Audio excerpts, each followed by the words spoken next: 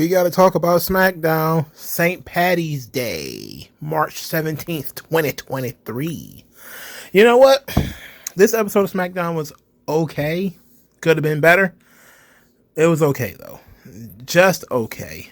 It was just a whole lot of okay. Nothing that really offended me too much, but there's definitely some things I kind of rolled my eyes at, as usual. This is WWE we're talking about here. All right, so there really is no news and notes, so let's get right into the show. Cody's here. Cody's talking about the stakes being high, how much he respects Roman. He's the greatest champion in sports, and he's looking forward to beating him at WrestleMania. But he wants to talk to Kevin Owens, and then once Kevin Owens comes out there, he says, wait a minute, I want to talk to Sami Zayn too. So at that point, Cody peels back the curtain a little bit, says that Cody had his back when he left the WWE, put him in touch with some friends that ended up bettering his livelihood, essentially saying that he owed Kevin Owens his current position in his career. All right. So Kevin Owens doesn't want to listen to Sami Zayn. He says he's heard everything Sami Zayn wants to say. He doesn't really want to participate in that anymore. And then Sami Zayn interrupts and says, I haven't heard everything you have to say. Then he says they always go through this. There's a cycle of them doing terrible things to each other and then coming back together. Why can't it be the same right now? And then he says they need to get back together and work together to end the bloodline. They don't have to be friends, but they have to be on the same page. So then Kevin Owens repeats that, yeah, he's heard that before. He doesn't want to hear this. He doesn't want to talk to Sami Zayn. He doesn't care about Sami Zayn. Then Sami Zayn says, well, look, it's in our best interest to us work together. We can be the ones to bring down the ones, and we don't even have to be friends to do it. Then Kevin Owens says, well, look, I get it. Again, I heard what you said. Then he made an actual good point. Why would he want to tag and fight alongside with anybody who doesn't want to be friends? It was a nice little burn, and then he left. Afterwards, Sami Zayn chased him down in the parking lot. Thankfully, ain't the NXT parking lot. Then he says that Kevin Owens is wrong. They'll always be friends, brothers even. But he loves Kevin Owens. And Kevin Owens got in his green car. I don't know nothing about cars. And drove off. All right, before we continue this, I want to make some notes first. One, I like that Cody wants to peel back and tell everybody how friendly he is with Kevin Owens and how Kevin Owens did these wonderful things for his career. It's definitely going to mean something a little bit later when the two of them have to feud, and that's certainly going to come up again. Second, why does Kevin Owens dress like he stacks boxes at a supermarket? That pisses me off. There's nothing more aggravating than Cody is out there in a suit looking very professional. He looks like an athlete. Even Sami Zayn, he's wearing sweats. You know, you look like you went to the gym, and he's kind of skinny. But then Kevin Owens just comes out like he stacks the deep freezer at your local supermarket. Why do they allow him to do this? It's not a character. It's not a gimmick. He just looks like a goof. He looks like a fan that wandered into the ring. I hate that so much. I hate it so much. It's so frustrating. Ugh. I did like, and it was kind of Young Buck-ish, you know, are we friends or are we not friends? It's like, who cares about you being friends, really? But it's going to come up again later, of course. So, Sami Zayn is frustrated. His brain's broken. He's like, look, I got one guy who considered me a brother. He drove off on me. The other guy probably going to kick my ass as soon as I get into the ring. I don't know what to do. But it's time to handle this. It's time for me to handle this myself. So he's going to go out and he's going to talk to Jey Uso. So Jey Uso was waiting in the ring for him. I was led to believe this was a one-on-one match, but apparently it was supposed to be them talking, which, okay, worked out fine. Jey Uso gets out there. Sami Zayn comes to the ring. Jey Uso reiterates that he never liked Sami, but it was Jimmy who liked Sami. It was Roman who liked Sami. It was the crowd, the people, they liked Sami. Then he says, as a kid, it was his job to protect his family. And then he trusted Sami Zayn. He liked Sami Zayn, and then Sami Zayn embarrassed him, made him look stupid. and Sami Zayn led him to believe that he really loved the family, that he turned his back on them, he betrayed them, he betrayed him. He called him a fake ass oos. Sami Zayn says that you always had a choice. You choose to take the abuse. I love the family, but I'm not going to take the abuse that you took. And you're not mad at me. You're mad at yourself. You're mad that you didn't turn on Roman first. This upset Jey Uso, and he attacked him. And so the brawl breaks out. The fight is on. Jimmy Uso is out there to give the numeric advantage to Jey. Then Kevin Owens' theme song starts to play. People are very excited. Kevin Owens is in the ring. Still looking like Duke the Dumpster Drosy. Then the fight happens. The Usos bail. Kevin Owens, Sami Zayn hug. The roof blows off the building.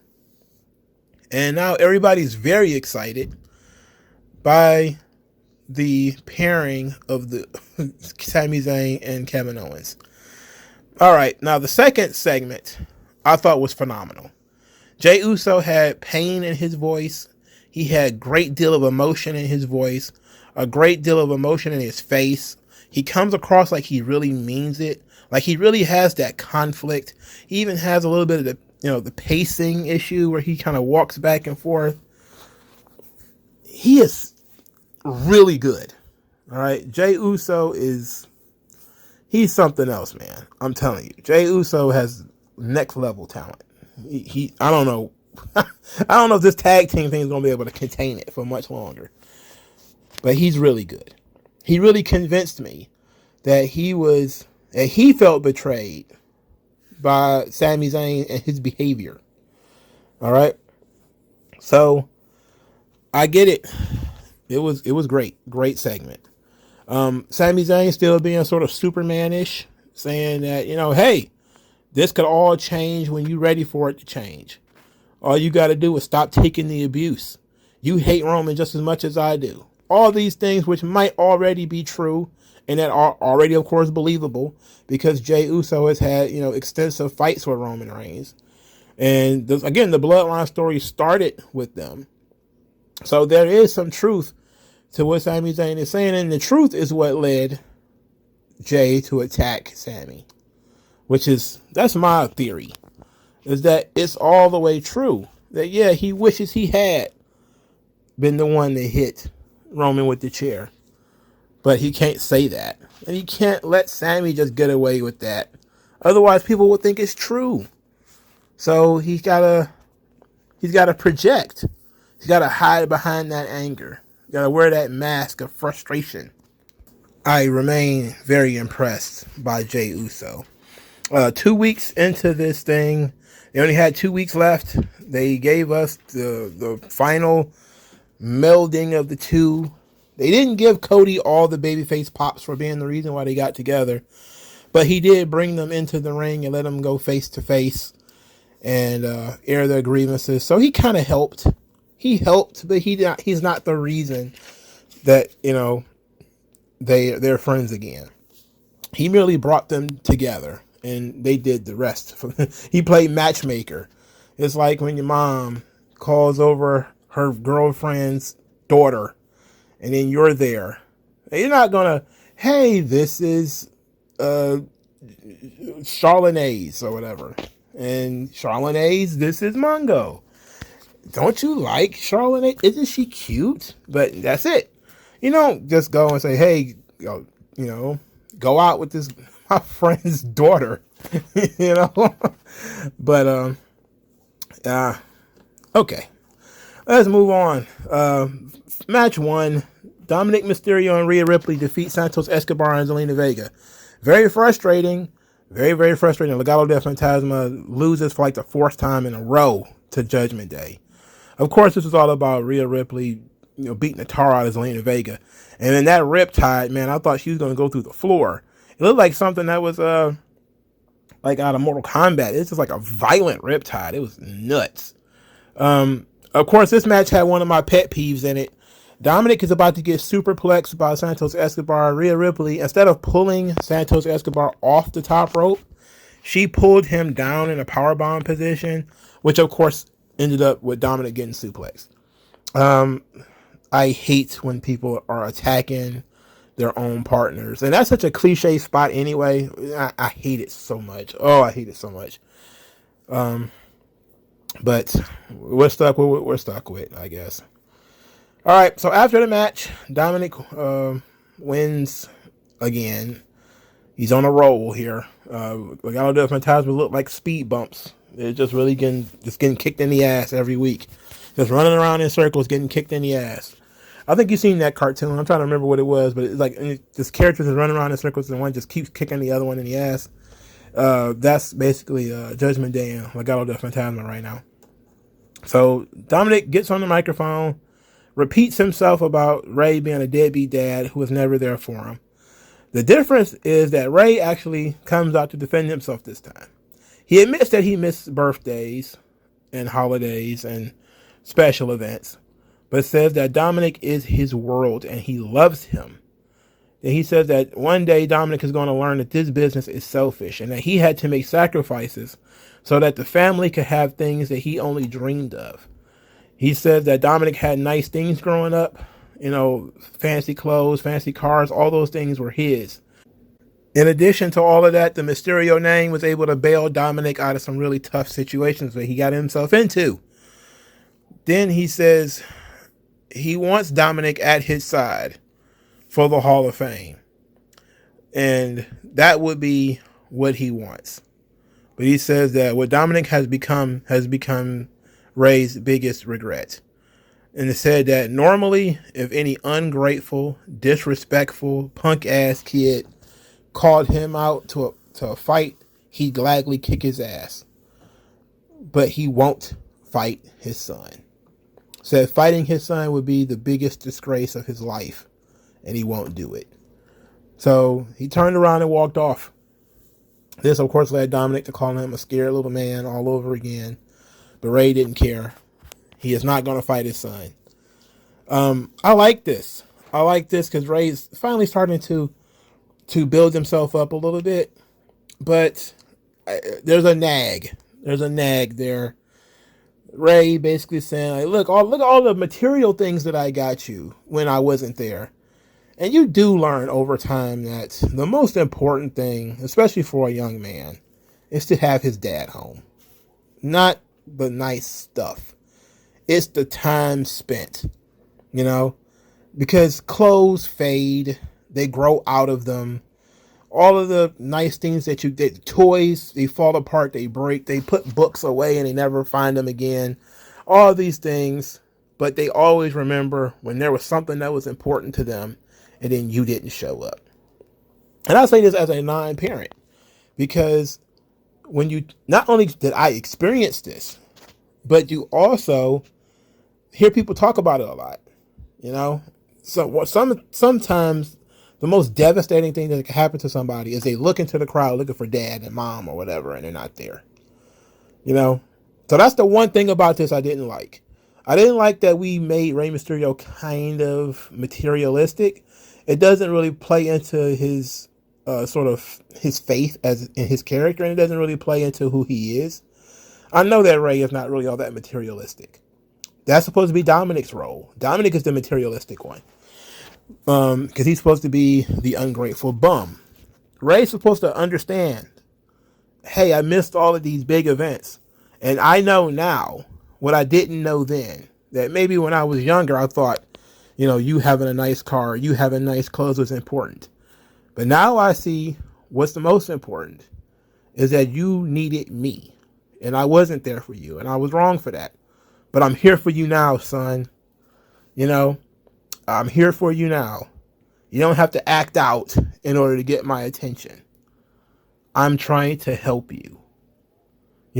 That's really the better option for Ray at this point. This kind of made him come across a little materialistic. Maybe I'm overthinking it, but hell, that's what y'all come here for me to overthink things. I still liked it, though. Ray tried to explain himself. We need to move on with this, though. I know that some people seem to think, and maybe it's true, that Dominic is going to crash the Hall of Fame thing, much like he crashed Thanksgiving and Christmas and New Year's. He's going to crash the Hall of Fame, make a big deal out of it, and that's what's going to lead to the fight. But since the Hall of Fame is the night of the day before WrestleMania, I think it's literally that Friday night. So after SmackDown is the Hall of Fame. So are they going to shoot an angle literally during the Hall of Fame and then have the match the next night? Or are you going to do something before the Hall of Fame that leads to the WrestleMania match? I don't know, but that's a interesting thing. There's some people saying, like, you know, they do the red carpet and all that kind of stuff for the Hall of Fame. Are they going to shoot an angle there where Dominic, you know, pushes down his mom or something? Which I maintain has to be the option. Either the daughter or the mom have to get knocked over or offended or shoved or something in order for Ray to stand up and fight him. But I don't know if you want to turn the Hall of Fame into an angle. I know they like to do that kind of stuff sometimes. They like to tease, but I'm not sure if it's too close to WrestleMania. Literally like a couple of hours before WrestleMania. To finalize that match a few hours before WrestleMania is weird. Unless you're even if you make it on Sunday, it's still pretty weird. But again, they put so much story into this. Maybe you don't need to have so much promotion. You don't need to have promos and all this kind of stuff. I don't know. I'm interested in where they're going with it, though. All right. So they announced a pair of Fatal 4-Way Tag Team Showcase matches that sound just like all of those we got to get everybody on the card matches.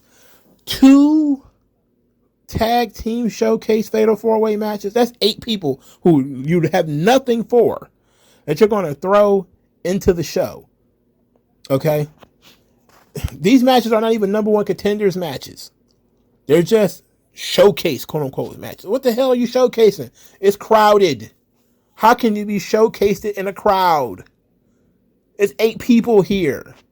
Okay? It's 8 people. My God, bro. You might as well, I don't know. I don't know what you could have done. I don't know how to do this better. But a tag team showcase is weak sauce for WrestleMania. That is absolutely a go burp and fart match. Oh, I ate too many hot dogs. I got to go to the bathroom. You know, the piss break match. To go buy some merchandise match. You know. So they said it's going to be qualifiers for this thing. So it's going to be even worse because now we're about to watch some people who are so low on the totem pole that they don't even get into the throwaway match at WrestleMania.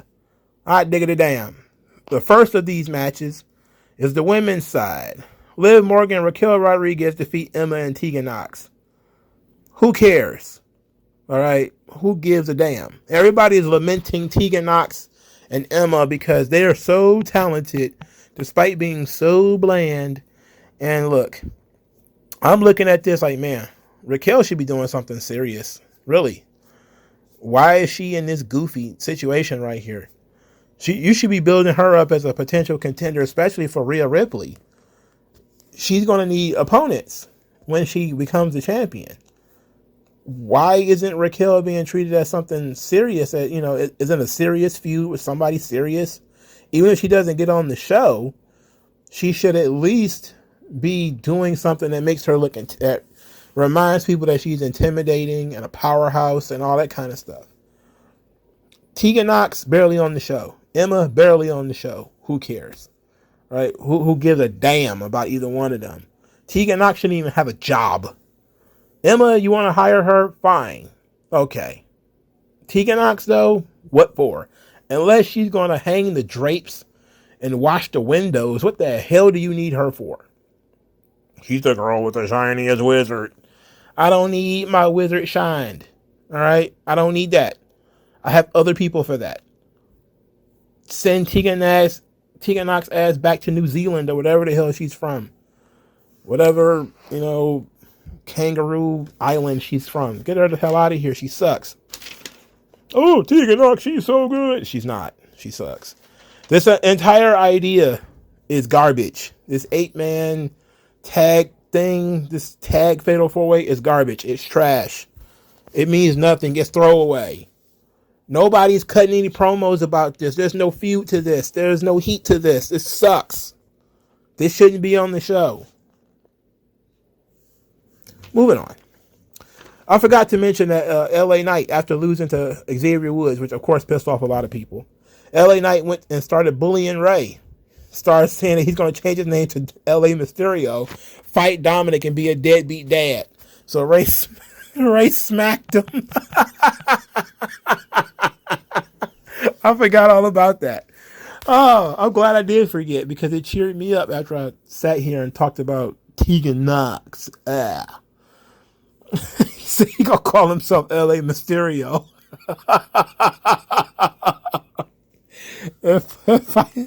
and fight his punk kid. That was good.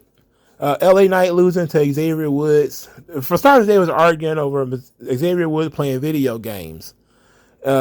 Which, why is that part of Xavier Woods' gimmick? Is that he plays video games.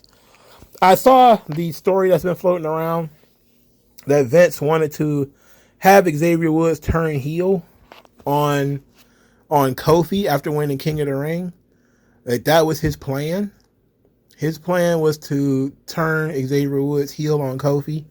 But the two of them, I guess, nixed the idea. They didn't want anything to do with it, because the New Day shall never fight. They shall never turn on one another. And that's just one way of saying we would rather be boring and bland forever than ever try to be interesting. And I feel bad for guys who have that attitude, you know? That sucks. I hate to put it that way, but it sucks, bro. But whatever. Xavier Woods wins. Okay. I don't see the point of this. It was just a throwaway. It was nothing. LA Knight continues to roll downhill and not make WrestleMania cards. There's no doubt he's going to be on the show. In what capacity, we don't know yet. But he's likely to be on the show. All right, so Charlotte was in the ring. And Charlotte had things to say, unfortunately. She talked about the business being built on Rhodes being a challenger, Flair being a champion. The more things change, the more they stay the same.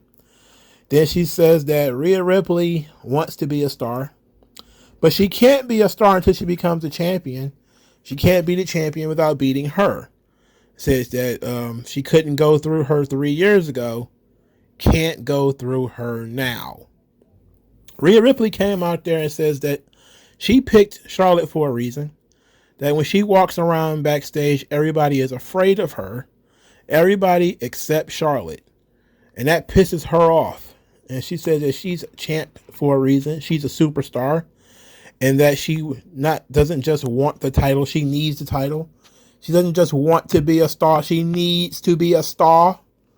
And she wants to have Charlotte Flair fear her. Okay. Okay.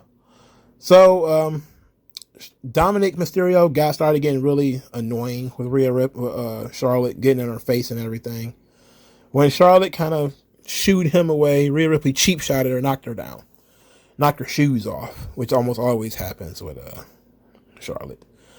Then the brawl began, and it was a wild brawl. And they were fighting all over the place and scratching each other, and it was funny. Because they started beating up security guys, even by accident. So there was like security guys getting knocked over the barricade and kicked in the face and thrown all over the place. And eventually, Rhea Ripley ended up in the crowd getting held back by like 4 small men as she raged like death by snoo and wanted to eat Charlotte.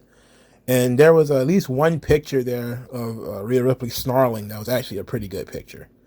And I really kind of enjoyed that.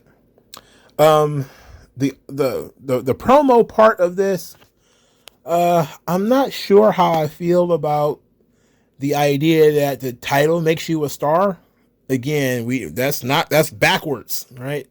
You have to be a star to be the champion. It's not that the championship makes you a star. It doesn't work that way. Also, Rhea Ripley saying that Charlotte is not afraid of her. Isn't that kind of backwards in comparison to what they've been saying the last couple of weeks about how, you know, she sees all these things in Charlotte's eyes, like she sees acceptance or insecurity or whatever, and now she's saying, I don't see fear in your eyes. I'm like, oh, wait a minute, I thought we were past that part already. I guess, I don't know. I don't pay attention. I just review the show. After I throw my notes away, dog, I don't remember 90% of these shows. I promise you I don't. But something tells me that there was an incongruity there with the reason why Rhea Ripley wants to wrestle Charlotte. The brawl part was fun. This feud needed a brawl, but they shouldn't have forced a brawl. You know, my thing is, why would Rhea Ripley throw one punch and then stand around and let Charlotte come back?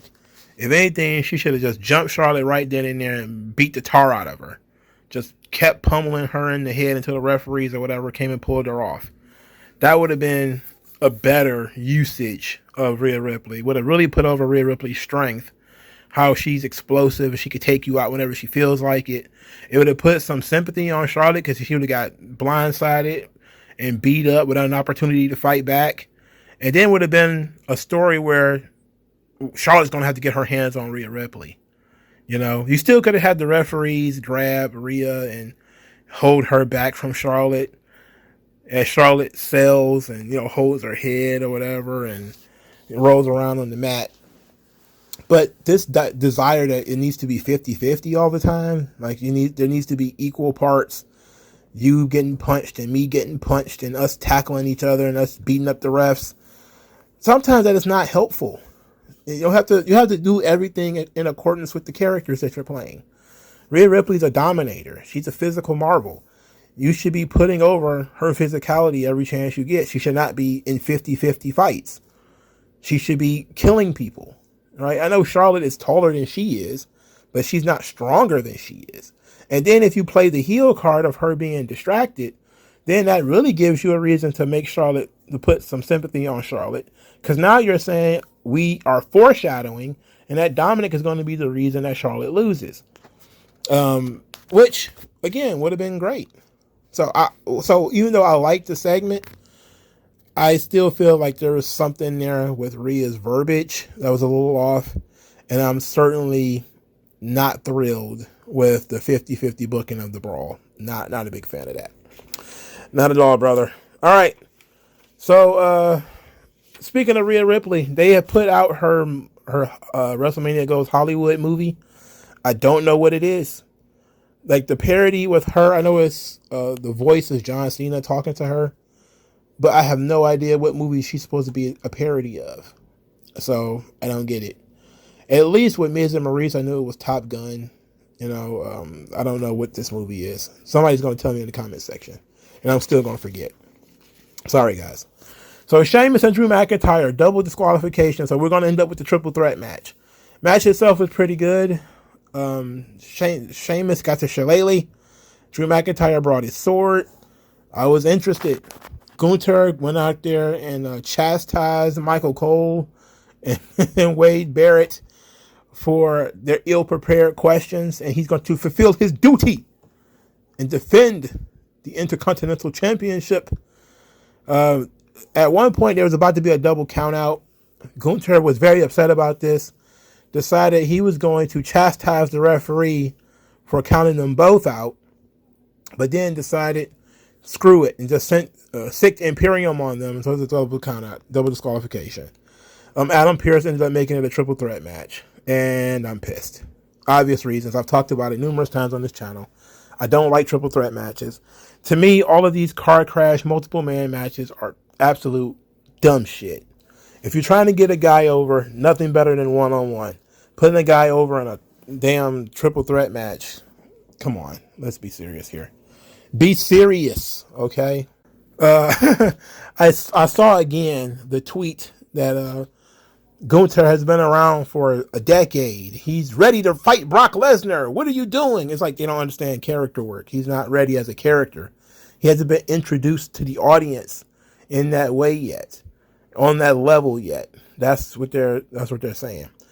But having him fight Drew McIntyre and Sheamus, okay, I guess if we have to, that's just going to be a gift from the good match fairy. It's not going to be the classic that it should be. I mean, you're talking about a Intercontinental Championship match that could have been something special with Drew or Sheamus against Gunther. It could have been memorable. This is going to be a throwaway triple threat match with the usual spots. I hate triple threat matches. God, I swear I do. Let's end this. Let's end this. All right. Before we end the show, there is something I want to discuss, however. I saw this tweet, a series of tweets rather, from a WWE former writer named Andrew Goldstein. So Goldstein critiques the hug, this magic moment. He critiques it. So here's what his critique is. He says, not saving the hug for Mania is the most egregious booking error I can remember. For the rest of the time, we should have seen the hug in Mania history packages. Instead, it happened on a Smackdown nobody watched. I'm incredulous. He says, I'm in legit disbelief that they wasted the potential moment of the year on a Smackdown up against March Madness. The deeper story has always been Sami and KO finding their way back to each other. This hug should have been an Eddie Benoit Mania moment. And you know what? He's not wrong. He's not wrong. It's not a nitpick either, as far as I'm concerned. Is it a legitimate storyline error? That's tough, because how long can you possibly drag this thing out? You only got 2 more weeks left. That's 4 shows. Okay. Could you have gone 4 more shows without these two coming together? Now, he has a good point, and I think some of the people who agreed with him are saying, like, you could have had Kevin Owens come back, save Sami Zayn, and agree to an alliance. Not agree to be friends again, but agree to an alliance. And then that alliance, of course, becomes friendship all over again at WrestleMania, where they have the big moment with them hugging each other and all that kind of stuff. That's a good, legitimate statement. It's a legitimate criticism. One that I find very difficult to argue with. At the same time, though, you do have to give the fans something.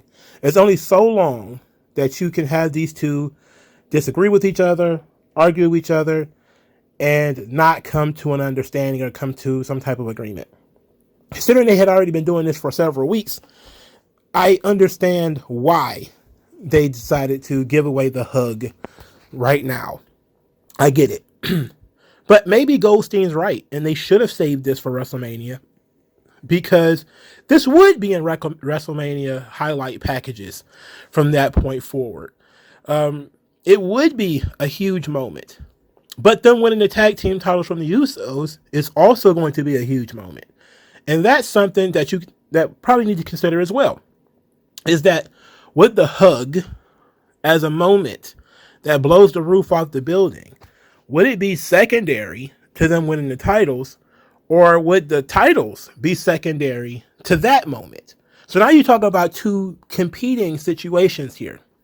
For instance, a lot of people now talk about the moment that Benoit and Eddie hugged in the ring, which to me overshadows a fantastic match between Benoit, Michaels, and Triple H. It became the moment for WrestleMania before Benoit did what he did. It became a quintessential WrestleMania moment because you were not expecting it.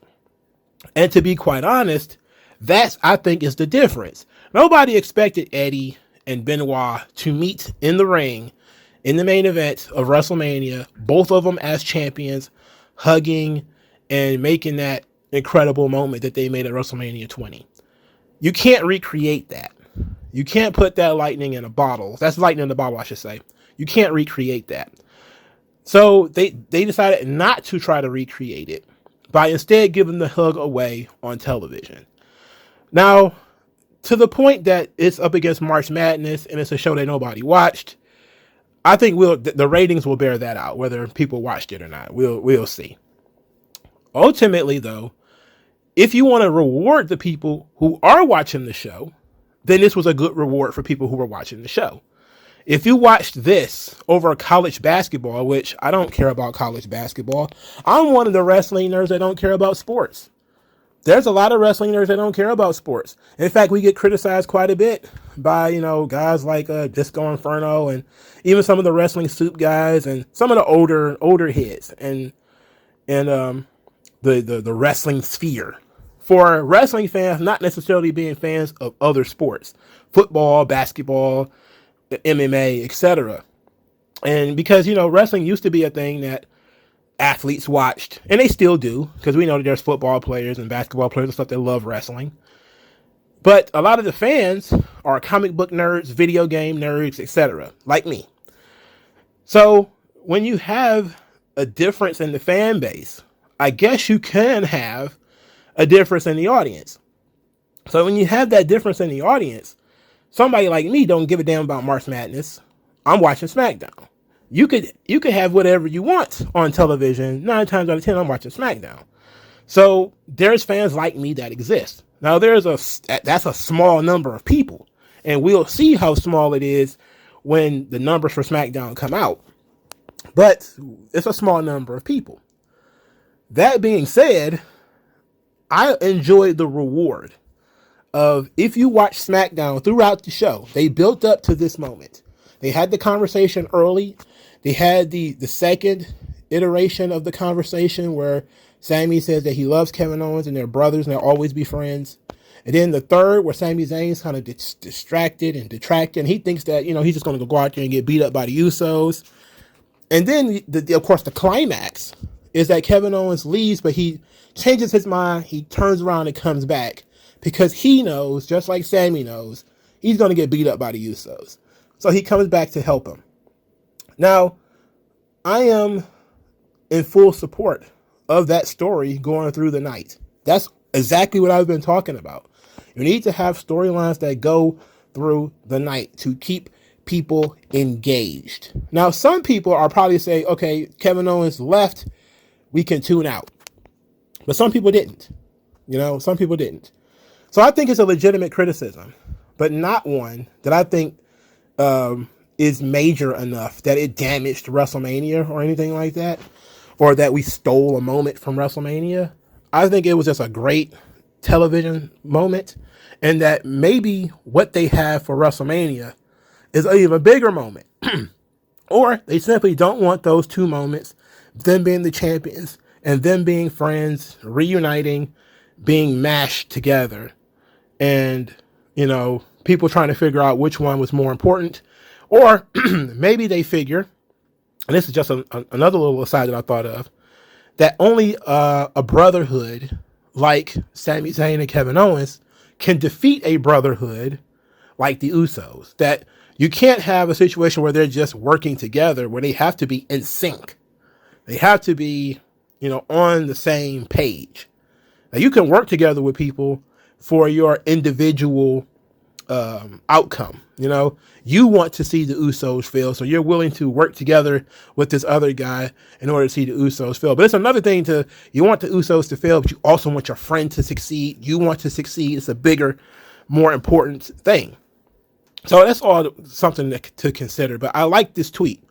I think it's a legitimate criticism. It's one of the few legitimate criticisms I've seen of the way SmackDown and WWE have been telling stories, is sometimes you do give away things too soon. But that's very rarely a problem with WWE. Usually they wait too long to do things.